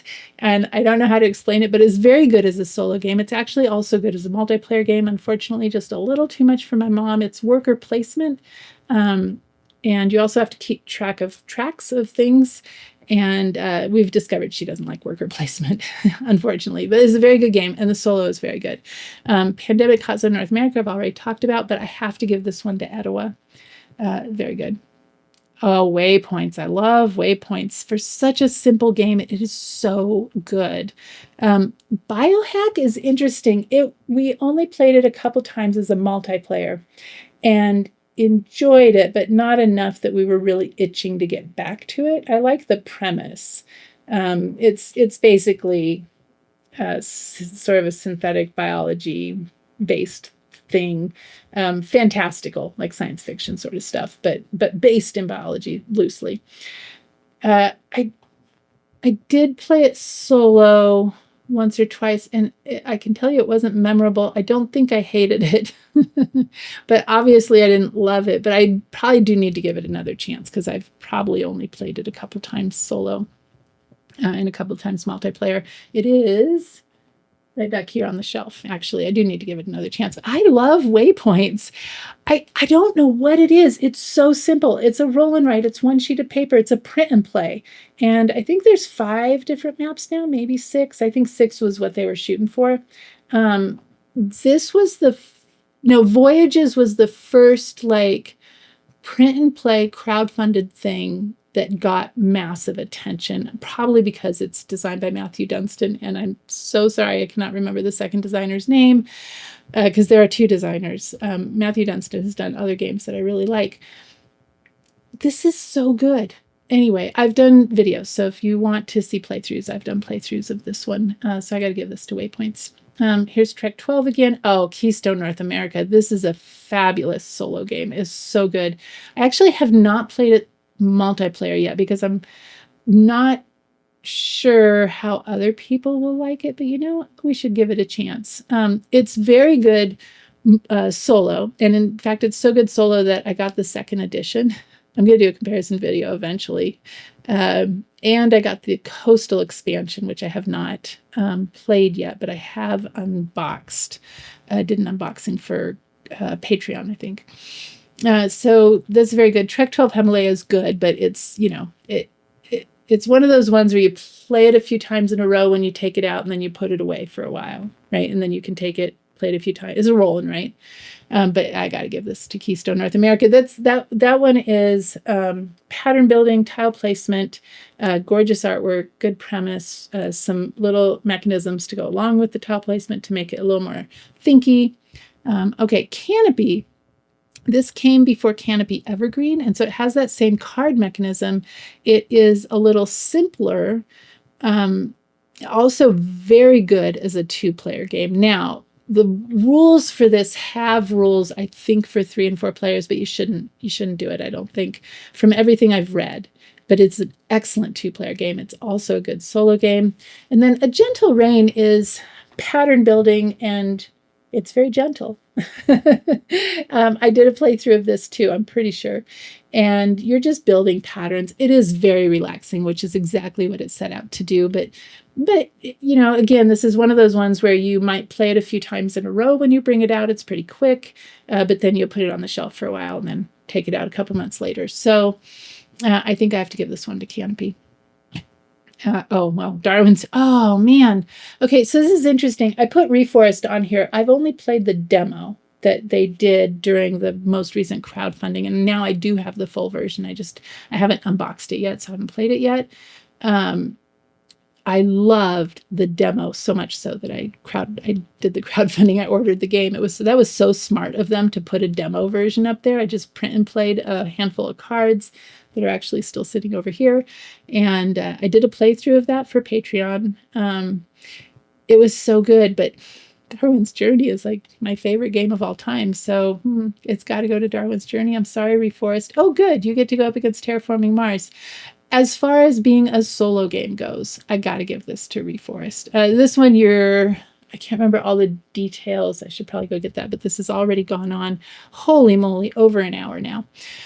Hopefully I'll cut some of that out. Okay, I don't want to spend too much time editing so that I can get this out quick, so we'll see what happens. Okay, so I got to give this to Reforest because as far as solo modes go, I remember just being totally enamored with this. I honestly can't remember all the details other than, I can't actually even remember the details. Beautiful artwork. I can't wait to play it again. And it was really fun. I loved it. It was really good. I like Terraforming Mars better as a multiplayer game. Oh man, for real? Meadow and Wild Gardens? Ooh, okay, I gotta give this to Meadow, but it's a tough choice because I love the way that Wild Gardens has the forage for ingredients, use those ingredients to make a recipe or a collection of recipes to feed customers what they want, and they all have the artwork is amazing, and all of the patrons, the customers have names and little stories. And the solo, I've made it a few scenarios in. It has a book of scenarios that you do for the solo, and I guess you'll see when I do the playthrough of it, because that's going to be the next playthrough, because that's what's been set up on that. I probably got to dust it off, to be honest. But it's really good. But oh man, Meadow is so... See, Wild Gardens is good. I like the solo mode. However, this is one, and because of how long it takes, you're not actually even going to play it back to back. I would leave it set up on my table. I actually did. Played it a few times, and I'm probably going to have to play it another couple times before I record to refresh myself well enough to do a playthrough. But it's one of those ones that you'll play it. Maybe you'll leave it set up and play it a couple days in a row, and then you'll put it away and you probably won't come back to it for a couple months or whatever. But Meadow, this could be one of a handful of games that I had, and I would be happy to play it over and over. And in fact, I have up there the adventure book and the downstream expansion, neither of which I've played yet, but I cannot wait to do both of those. So we're going to give that to Meadow. Oh man, this is tough. I love aqua biodiversity in the oceans because I love tile placement. I love pattern building in tile placement, and this one has a three-dimensional aspect. It's also very good multiplayer, but just on solo mode, I have to give this to aqua because it's so good, and it does have goals in the back for different solo, they're not scenarios, but goals, I guess, of what you're trying to do, points you're trying to make, specific patterns you're trying to do. And there's a little bit of variety in terms of goals and points and stuff like that. It's been a little while, but I have to give that to Aqua. Man, that's a tough choice. They're actually pretty equivalent as far as weight goes, I think. My mom might actually like Wild Gardens. Even, yeah, she might. She'll like the theme for sure. She worked in kitchens for years and years. Okay, diatoms versus Mariposas. For solo mode, I have to give this to diatoms. I've talked about both of these. So Mariposas is good. I do have a playthrough up on the channel, and I think the diatoms playthrough is on Patreon. Can't remember. I think because I was going to release it at the same time I released an interview with the designer, and she was fabulous. It was a great interview. The sound quality was horrible, and I tried for several hours to see what I could do to fix it. And I just couldn't fix it. And so I think I had not totally edited this yet. So I think that's why. I don't know. I'll have to go back and take another look at that playthrough. I might release it. Anyway, we'll give it to, Verdant and Mariposas. I got to give this to Verdant. So I've talked about both of these now. We should start going a little faster. Canopy Evergreen versus Mariposa. Yeah, I like Mariposas. It's looking like I don't like it, but I do like it. But we got to give this to Canopy. Oh, man, for real? Isle of Cats Exploring Dog versus Wingspan. I'm going to tell you, purely on solo mode, I'm giving this to Isle of Cats Explore and Draw because I love this solo mode. It is so good. I don't know what it is about it. It's one of those ones that it's just so fun to play. While Wingspan is great, it's a fantastic game. It is well designed. The solo is good. I could definitely play it over and over and over. But I love Isle of Cats Explore and Draw. So if you've not heard of it, it's just a roll-in, or not, it's roll-in, right? It's a flippant. Well, you lay out a grid of cards and you choose cards based on certain things, and you're trying to beat the sisters' scores. And there's a lot to think about. Ginkgopolis versus Wingspan. That's going to Wingspan. I probably shouldn't have put Ginkgopolis on here. It's been a long time since I played this solo, which I guess should tell me something, right? This is a great game. We just have too many games. That's the problem. I really liked Death Valley. It was really relaxing. I think I'm going to have to give it to Death Valley. Oh, this is tough. I don't think I talked about the search for lost species when we talked about it. It's one of those ones where you're trying to solve the mystery of where things are, and you get clues, and there's an app that goes with this. So if you don't like app assisted, things, you won't like it. But the app is not intrusive. What the app does is makes it so that there's no way that you know where things are. And don't ask me how this works, but they've got it all figured out. And I will do a playthrough of this one, but this one's so good. Birdwatcher is very good too, but tough choice. Oh, I don't know. I'll go for Lost Species. Okay, now Birdwatcher gets it. I'm not going to talk about them as much now because I think I've talked about all of them. Hive is so good. Verdant Arizona, I go for Unsurmountable. Aquamarine versus, I got to give it to Harmonies, but these are both excellent games. This is going to be Aquamarine. This is good, but Aquamarine, like I said, it's one of those games that I can't tell you what it is, like why it's so fun, but I love it. Beacon Patrol was really good, a little more relaxing than Birds of a Feather. The artwork in Birds of a Feather is really good, but I like Beacon Patrol. Ooh, viticulture versus lands of the Mesozoic. I don't know. Oh, I got to start going faster. Look at that. Holy cow. I'm not even halfway through. Okay, I've talked about all of them. I'm just going to have to start clicking through. So, lands of the Mesozoic. I really liked that one. Voyages, viticulture. Northwest. I shouldn't have put Newton in here. I don't remember. I'm giving this one to Newton just because it was in my top. I think it's fair. I got to play this one again soon solo. Voyages is very good. Little roll and write. This one I don't love as much as Waypoints and Aquamarine. Aquamarine? That doesn't sound right. Okay, anyway, the other one. Voyages is very good, though. That was the first crowdfunded print and play that really received massive attention a number of years ago. We'll go for Newton, Parks versus Earth. Earth is so good. Earth hasn't been on here yet. Tableau building game. This one I can't play with my mom because she gets really overwhelmed. There's a lot going on when you play this one multiplayer because it has a follow mechanism where you do an action and everybody else gets to do sort of a lesser version of that action. I am playing this in World Series of Board Gaming.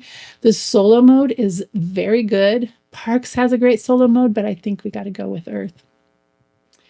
This gets to Endeavor Deep Sea, Genotype. Ooh, Riverside versus Scoventier. Scoventier only because it's so hard for me to beat it right now, and it might be that way for a while, and I love it when games are beatable, but very difficult to beat. Three Sisters. This one's going to Riverside. I like Riverside better. Poor Ecosystem. Ecosystem's very good, but I love Enchanted Plumes. Ancient Knowledge. This has to go to Ancient Knowledge. More interesting. Ecosystem. Very good, very quick. Great game when you just have a short amount of time. Very pretty. It's also good multiplayer. Surprisingly, more better than I thought it would be. But Ancient Knowledge is quite good. This has to go to Honeybuzz. Ooh, two Button Shy games against each other. I gotta go. Oh, man, I don't know. I'm so horrible at Naturopolis, but that's part of what intrigues me about it. Well, oh my goodness. What do I do here? I gotta give it to Naturopolis. Fleet the Dice Game. I'll give it to Fleet the Dice Game. What did Finspan go up against? Man, Finspan is getting the short end of the deal, I think, because I think I have to pick Forest Shuffle. Finspan's so good, though. Oh my goodness. And it's so fun to see all the fish. Like, there is a fun aspect to this just because of the cards themselves. But playing the game, the actual mechanisms are fantastic. And I actually really like that personal discard thing where you can bring cards back, but you're always I don't know about you, but I'm always a little overambitious about what I can bring back. Fantastic game. But I got to give this to Forest Shuffle. This one goes to Finspan. Cascadia. Ooh, tough, but sorry, Darwin. Weather Machine gets it.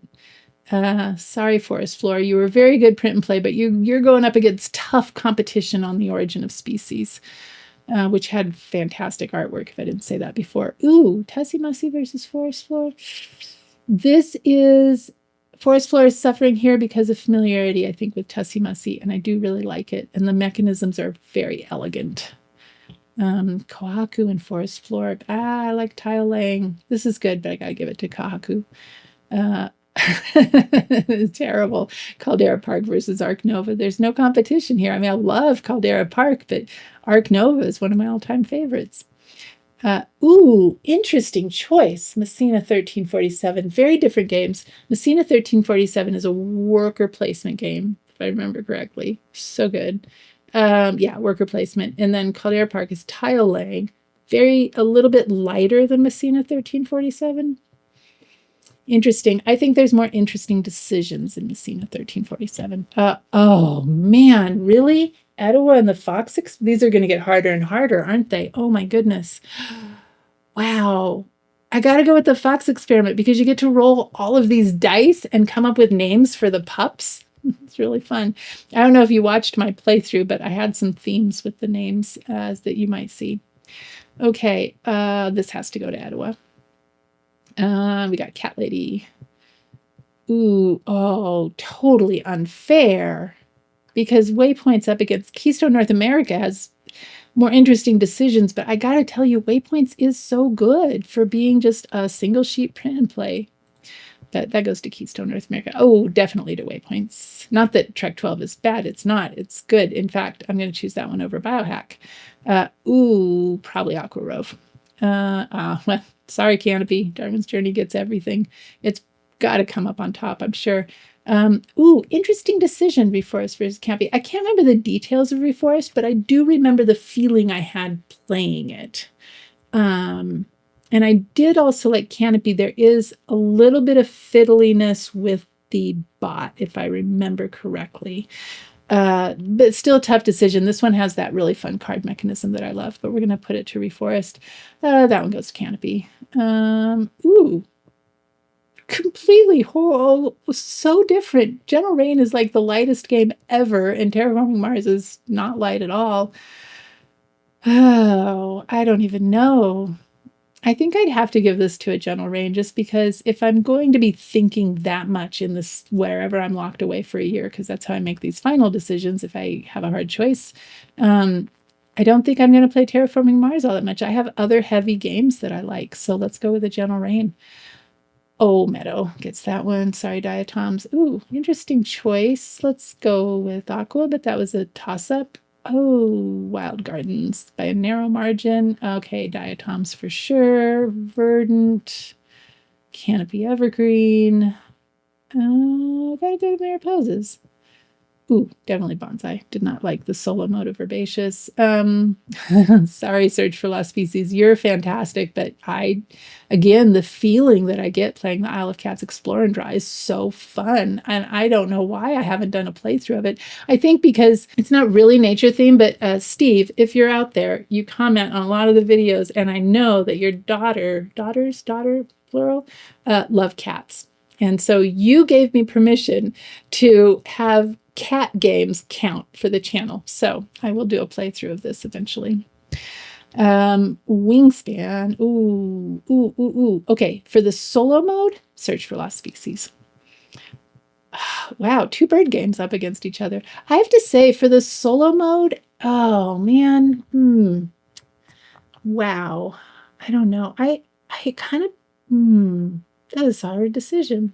It's been a while since I played Birdwatcher. I usually play Wingspan multiplayer or on the app, and the problem is when you're playing it on the app, are you playing against AIs? Now I can't remember. I think you are. I'm going to give this to Birdwatcher, but I'm probably making the wrong decision. Oh, this is tough. I really like Hive for what it is, but I think if I have to choose, I'm taking Wingspan.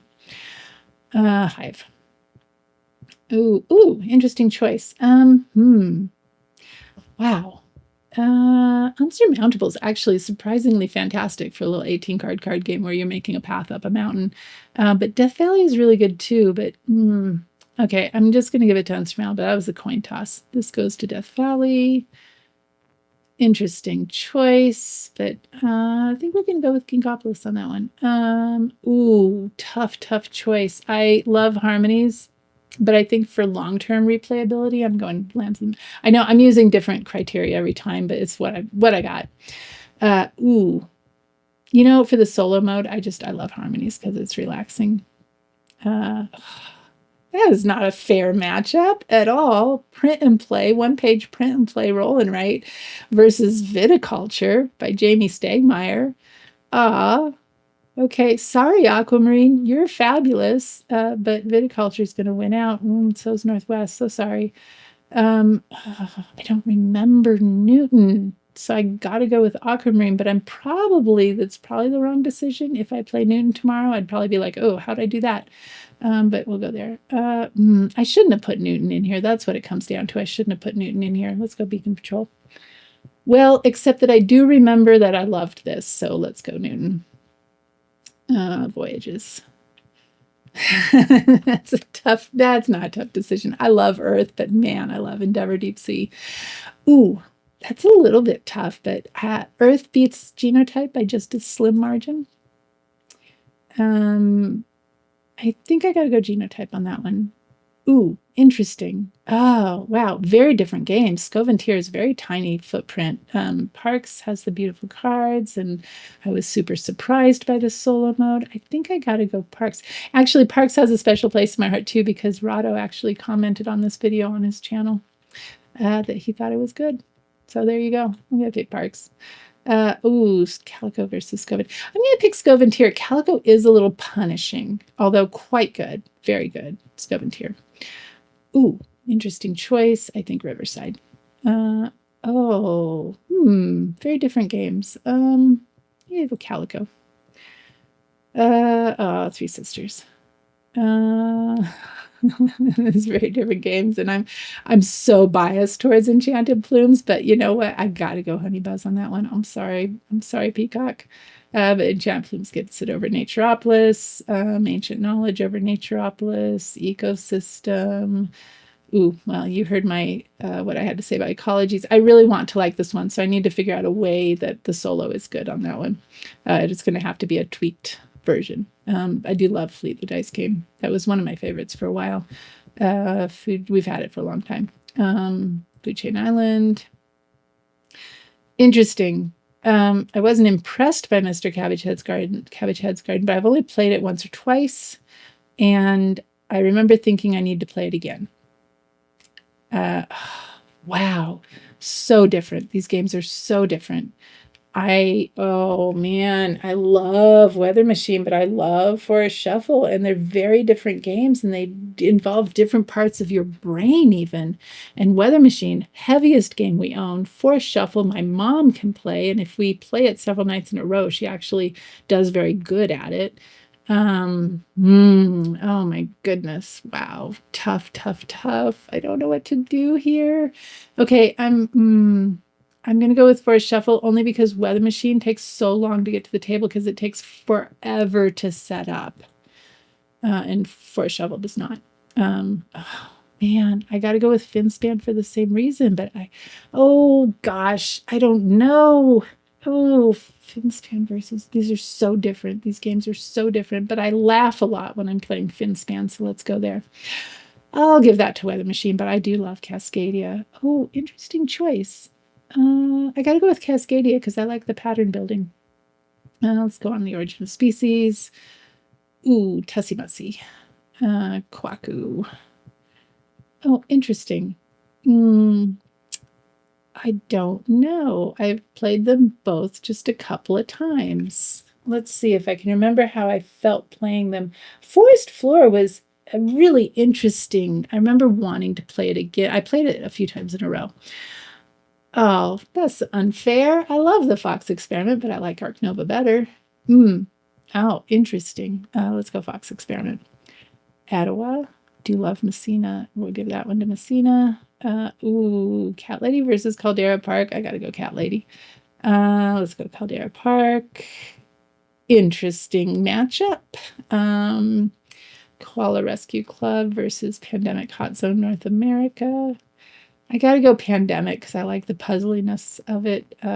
I'll tell you what, if you like Pandemic, there is, it's not channel relevant, but it's called Fall of Rome. It's very good. It's a pandemic system, but it's about the fall of Rome. It's very good. We'll give that one to Koala Rescue Club. Sorry, Keystone North America. You're fabulous, but man, Darwin's Journey's over the top. Interesting. Okay, again, I'm just going on. I don't remember the details of Reforest. I only put it in here because I remember super enjoying it and the feeling I got playing it, but I got to give this to Keystone North America. I got really obsessed with Keystone North America for a little bit. Tough. Oh, I don't know which way to go here. Wow, that's tough. I love waypoints, but I don't think this is a fair matchup. I think I got to give it to Reforest. Also not a fair matchup.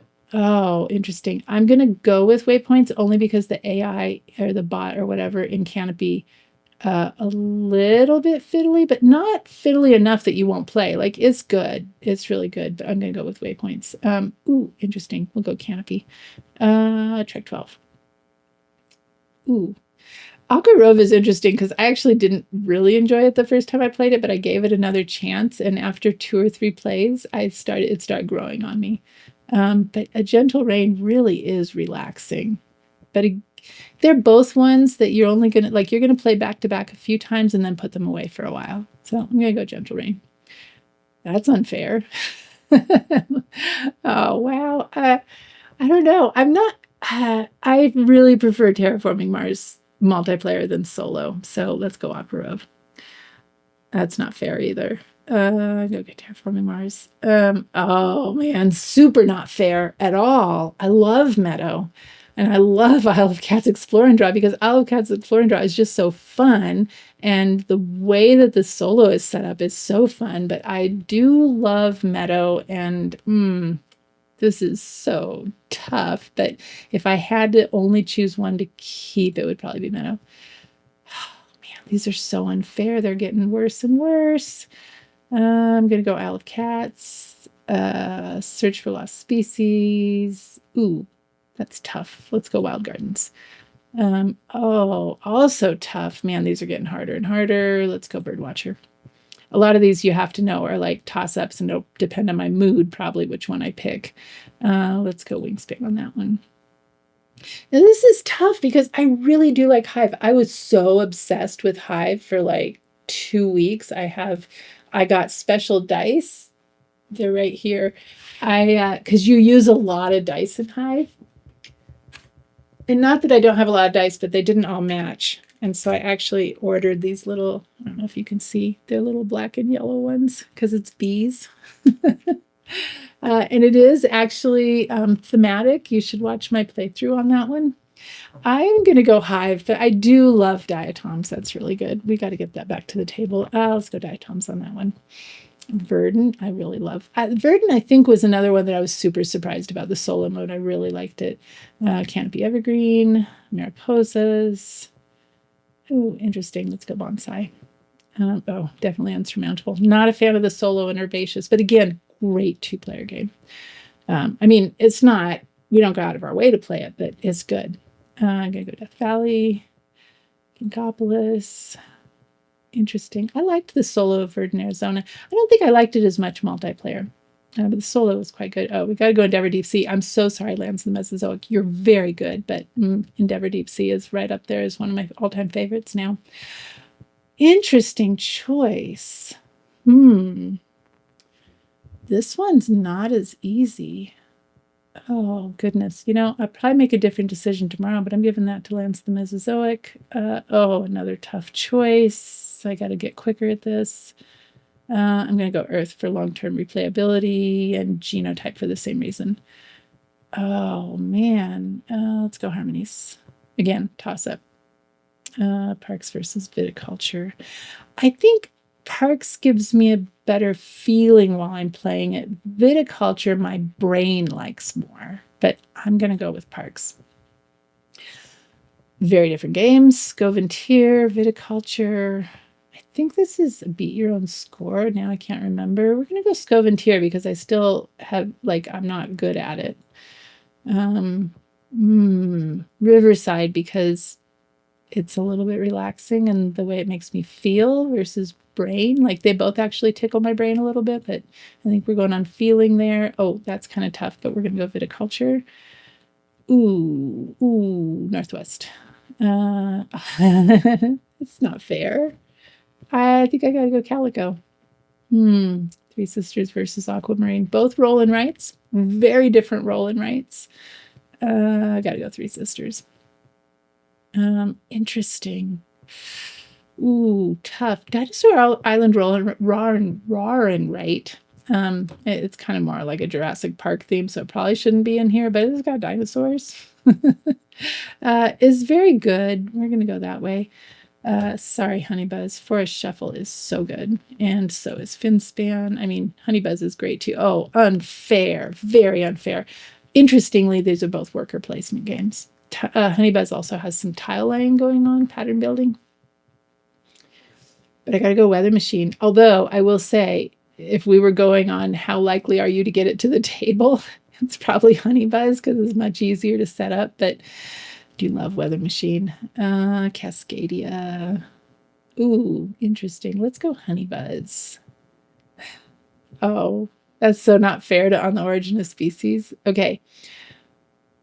based purely on the solo mode. They're both very good, but I have a real soft spot in my heart for Enchanted Plumes. Interesting. I think Ancient Knowledge has more interesting decisions. Ooh, very interesting. This is quicker than this one. Set collection, pattern building, pattern building. Also set collection in a way. Go on the origin of species. I think I'll go remember that ecosystem is standing in for that one and coral reef and savanna. Let's go Tussie Mussy. Kwaku. Oh, interesting choice. I'm going to go forest floor because I really do need to get back to that one. I remember being really intrigued with it, and that's always a good sign. Let's go Naturopolis. Fleet the dice game. Interesting. Okay, now you got to understand when I'm going with floriferous here, it's the feeling I remember it giving me. I don't remember much about the mechanisms, but I do think seeing it here and talking about it again that I need to get it back to the table. So let's pick floriferous. I may be wrong. Wow, so unfair. Do I really have to finally decide between Darwin's Journey and Ark Nova? That is not. I don't like that. Can they tie? We needed one in the middle for a tie. Wow. So tough, so tough, so tough. Darwin's Journey, worker placement, set collection. Love the theme. Really puts me in a great frame of mind. I love the mechanism with the workers. I like the beagle mechanism and trying to keep up with that and going around the islands. Ark Nova. I love managing the cards and managing your hand and I got to give this one to Darwin's Journey. I mean, I love Ark Nova, but yeah, so this is going to Ark Nova. Sorry, Keystone, you're very good, but that goes to Fox Experiment too. Ooh, tough decision. I'm going to go solo mode alone. And this is interesting because if I remember correctly, Keystone North America is just to beat your own score, but the puzzle is so good. Oh, no. I'm wrong about that. Keystone North America has a little field book that you're working through scenarios. I still haven't made it all the way through, so I need to get back to that. Edo is very good. I love Uwe Rosenberg. Feast for Odin's one of my all-time favorites as well, but not channel relevant, so you won't hear about it. Etowah, I love the theme, but we're going to go such a tough choice. Keystone North America. I'm going to go Etowah here. Ooh, interesting. Let's go Messina 1347. Go on Reforest. That's not fair. I do love Cat Lady. It's so cute, but I love Waypoints, but Cat Lady's awesome. I'm going to go Waypoints here. Again, a lot of these are toss-ups. Going Caldera Park. Interesting. Let's go Canopy. These are so different. Let's go Hot Zone North America. I'm gonna go Trek 12 Himalaya because Koala Rescue, I mean, it's good, it's fun, but man, it's actually more decisions than you have in Trek 12 Himalaya, but oh man, I'm gonna go Koala Rescue Club. Let's go Trek 12. Gentle Rain versus Super Slopes. I actually didn't love Super Slopes, so let's go Gentle Rain. We'll go Aquarove. It's 18 cards, gazillion cards. Solo mode. Oh, I actually have to give this one to Terraforming Mars. I do like the solo. It's good. It's a great game. I've heard there's an app now, so maybe that'll help me play it more. Oh, interesting. I only played Biohack a couple times, and I want to say I actually liked the solo mode better than the multiplayer, but I don't remember. I didn't love Super Slopes, but it's pretty good. This is so not fair. This is truly a coin toss, but not because I love both of them, but because I'm a little bit ambivalent about both of them. I'm going to go Biohack just on theme. So mean to make me make this decision. I love you, Meadow, but we're going Endeavor Deep Sea. Oh, another tough decision. Let's go Meadow. Lands of the Mesozoic. Earth. That's an interesting choice, but I gotta go genotype. Aqua. Love the Isle of Cats Explore and Draw, and now it's up against Harmonies, which I also love, but I love this better. Search for Lost Species does something to my brain that I love. More interesting decisions in Wild Garden. Same ditto for Birdwatcher and Wingspan and Hive. Ooh, interesting. I don't know. I'm going to go Harmonies and Parks. This is so hard. Gotta go Diatoms. Ooh, Verdant. Scoventir. Both plant games. Actually, this is like mythology or something like that. Fairy Tales games. Let's go Canopy Evergreen. More interesting decisions. Ooh, that's a tough decision too. For solo mode alone, well, I think Scoventir is a solo game, but another challenging. Let's go Riverside. Viticulture. Tough. I do love the solo version of Northwest, so let's go there. Tough. Let's go Calico. That one I don't know. Trying to remember what I loved about the solo mode of Mariposas. It's good. It's not great. I'm gonna go Three Sisters. I'm charmed by Dinosaur Island Ron, right? It's kind of goofy. This is tricky because I love Aquamarine. I could play it back to back to back to back to back. Do that one. Interesting. I do like Beacon Patrol. It's so not fair. Again, probably shouldn't have put Newton in here, but I'm just going on the fact that it made it into my top 10 a couple years ago. Oh, let's go Mariposas. Voyages. Bonsai. Interesting. Birds of a Feather. Well, that's mean. I love both of these games for different reasons. Forest Shuffle. I gotta go Darwin's Journey. Gotta go Arc Nova. Gotta go Fox Experiment. Ooh, interesting choice. Let's go Forest Shuffle. Fitzfan. Weather Machine. Interesting. Oh, Cascadia. I gotta go. Solo mode. I don't know. I'm gonna go Keystone North America. Let's go Etowah. Interesting. Both worker placement, very different themes. I don't know. Let's go Honey Buzz. Soft spot in my heart for Enchanted Plumes, but I gotta go to Messina. Oh, interesting. I gotta go for Reforest. Sorry, Enchanted Plumes, but you're going up against other card games. That makes it a little tougher. Waypoints, Enchanted Plumes. I do love Enchanted Plumes. Ooh, interesting choice. Gotta go Ancient Knowledge. On the Origin of Species. Interesting. Waypoints. That's interesting choice. Because I do love Ecosystem. Different reasons. This one's very simple, but it's one of those ones where it's simple, but you just want to keep doing the puzzle over and over to be better. But got to go to Caldera Park. Canopy. Pandemic. Ecosystem. Tessie Mussy. Kohaku. I wish I had played this more. I think I gotta go Forest Floor. Nitropolis. Ooh, Fleet the Dice game. This one's more recent. This one's a long time ago. We're just gonna go with more recent. Recency bias. Interesting. But I think as far as feeling when I play it, we gotta go Floriferous. Interesting. This is actually tough. Food Chain Island is quite cute. Yeah, let's do that one. I think I gotta give this to Trek 12, but I swear I'll play you again, Mr. Cabbage Head's Garden. Yeah, Gentle Rain. Aqua Grove. I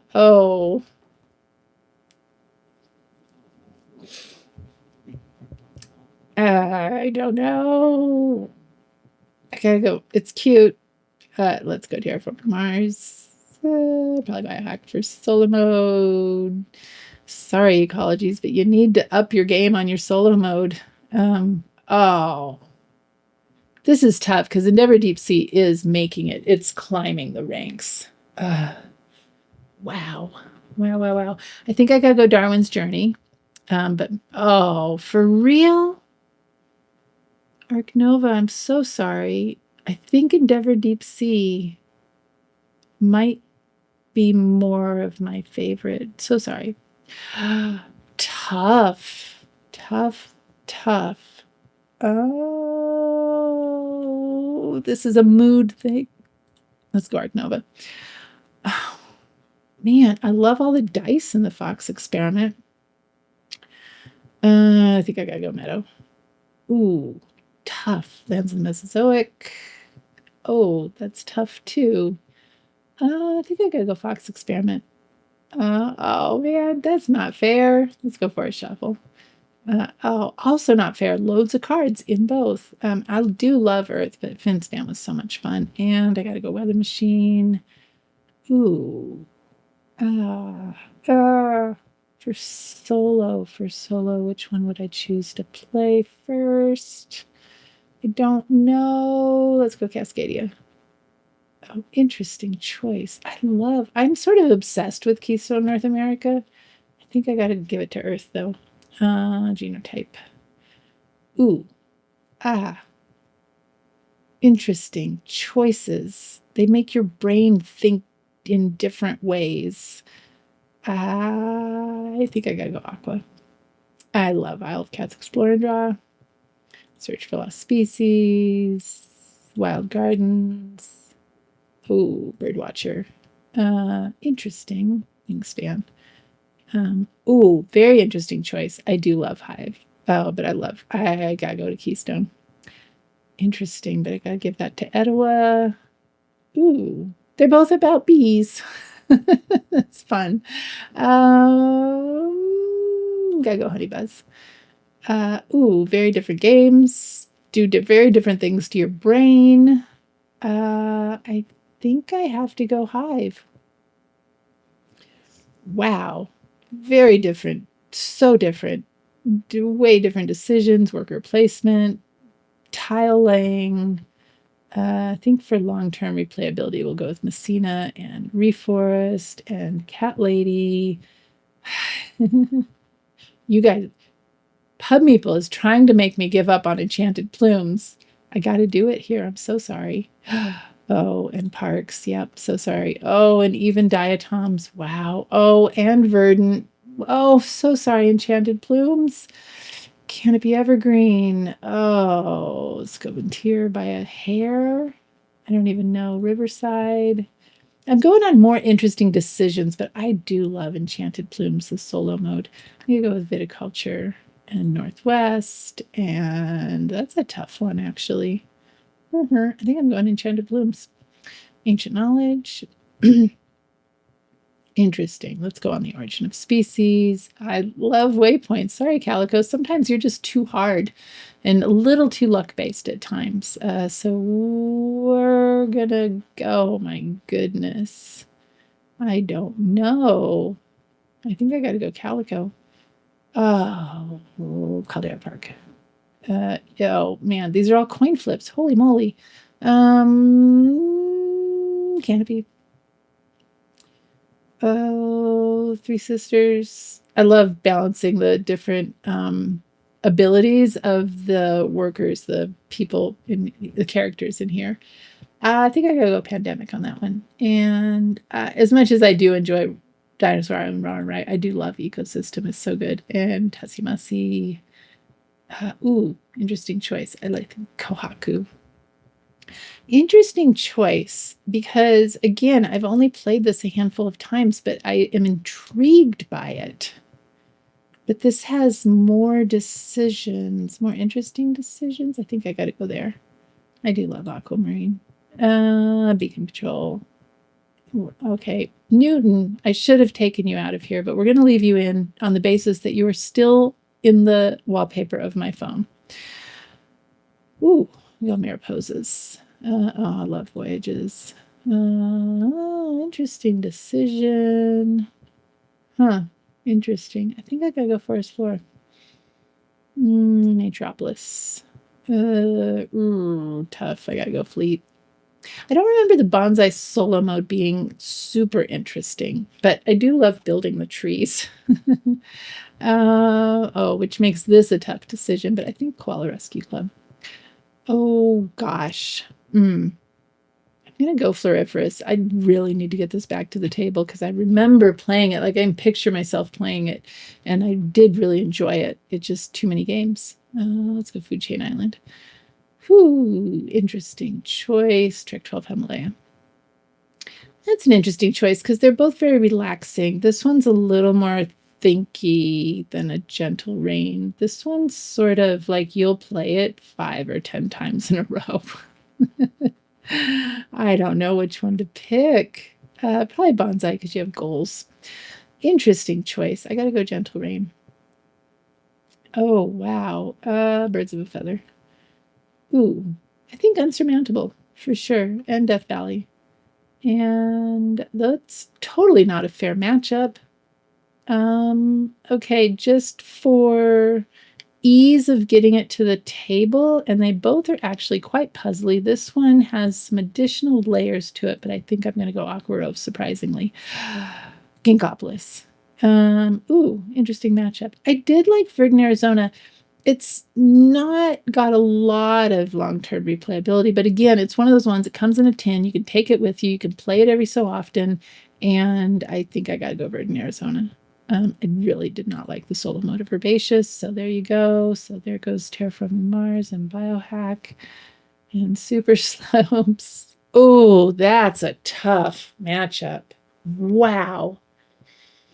I think, oh man, only because ecology is this, I don't know. I remember really actively disliking the solo mode of Herbaceous after I played it. It doesn't happen often.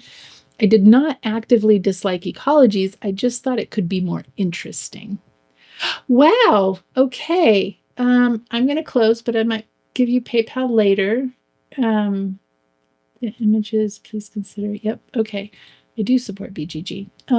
All right, here we go. We have, let's see how surprised I am. I am not surprised at all that Darwin's Journey came number 1. Endeavor Deep Sea has risen up above Ark Nova. That's really interesting. And then Meadow and Lands of the Mesozoic, Fox Experiment, Forest Shovel. This is not too surprising. I'm actually a little surprised that Forest Shuffle ended up below the Fox Experiment. I don't remember if they came head to head. They could probably go either way. Forest Shuffle might even be up here in number 5. Really, Finspan, so good. Wow, Weather Machine, that's pretty far down. I think it was held back by how hard it is to get to the table. Once it's at the table, I will play it for a few times over 2 or 3 days because it does take, it's a lot to set up. And this is why I wish I had an extra table in here, which we're going to build me eventually. I just got to clear out some of these shelves. But it's so good, but it's just so hard to get to the table. Cascadia, Earth, Genotype. This is not surprising. I'll post this somewhere or maybe put it in the comments. I don't know. It's kind of a long, YouTube won't let me put this. It's too long. I will put this somewhere. Search for species. Let's see what's at the bottom. Totally not surprising that ecologies and herbaceous ended up. I have really high hopes for ecologies coming up with something that makes it more interesting because the premise of it is very good. Super Slopes, Biohack, Terraforming Mars, Cabbage Head's Garden. I'm surprised that Terraforming Mars came out below that, but again, probably because I like the multiplayer mode better. Verdant, Arizona. Ginkopolis, it's a little unfair because it's been a while since I played the solo mode, so probably shouldn't have put it on here. Yeah, this is not too surprising what's at the bottom. So there you go. Should I scroll a little less fast? What do we did? Etowah, Honeybuzz, Hive, Messina 13. Again, if you haven't checked out Messina 1347, if you like worker placement and if the thought of a game about the plague, the Black Death in 1347 arriving in Messina does not gross you out, this is a great game. The artwork is old. I don't know when this was published, but it's not lovely. It's not horrible. It's just dated, very dated. I'm surprised Reforest came out down here. I suspect once I play the full version that it'll go up a little higher than Cat Lady, Harmonies, Parks, Diatoms, Verdant, Canopy Evergreen, Scoventier, which I really need to play again. Very easy to get to the table. Riverside, Viticulture, Northwest, Enchanted Plumes, Ancient Knowledge, On the Origin of Species, Waypoints, Calico, Caldera Park, Canopy, Three Sisters, Pandemic, Hot Zone North America. Again, standing in for all the Pandemic games. Although this one's easier to get to the table than Full Scale Pandemic because it's smaller. Ecosystem, again, standing in for all three ecosystems, whichever one. They all scored differently, but the mechanisms are the same. And so whichever one you think is more pretty. I actually like having all three, so, but just me. Tussie Mussy, great one to just carry around to play solo or two players. Kohaku, great family game. Dinosaur Island, Ron Wright, fun. Aquamarine, Beacon Patrol. I'm surprised I ended up so far down.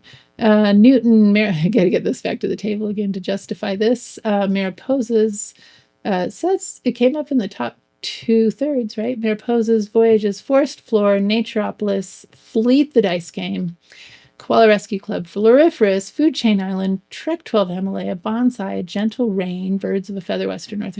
These are all like relaxing, but not standout, I think is what I would say about those. And Birds of a Feather is good solo, but I would not play it multiplayer. A lot of these are strictly solo, but not most of them. Okay, well, that's it. I hope you enjoyed that. It was about 2 hours unedited. So we'll see. It's officially right now 2 hours and 1 minute and 30 seconds. So let me know what you thought. Let me know if this is something you enjoyed, if you'd like to see more of it. I am going to do, because I'm still healing up from the burn on my hand.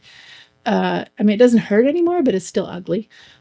So I will do this for family games and for two-player games as well. And so you'll see some of these games again. There will be some overlap, and then there will be some on the other lists that you won't see here. I limited these two games I have played solo, even if it was only a couple times. I have a lot more games I could have put on here if I had played them already. So I will do this again in the future, probably next year or something like that. So anyway, that is it for now. And I guess I will see you in the next one. Bye.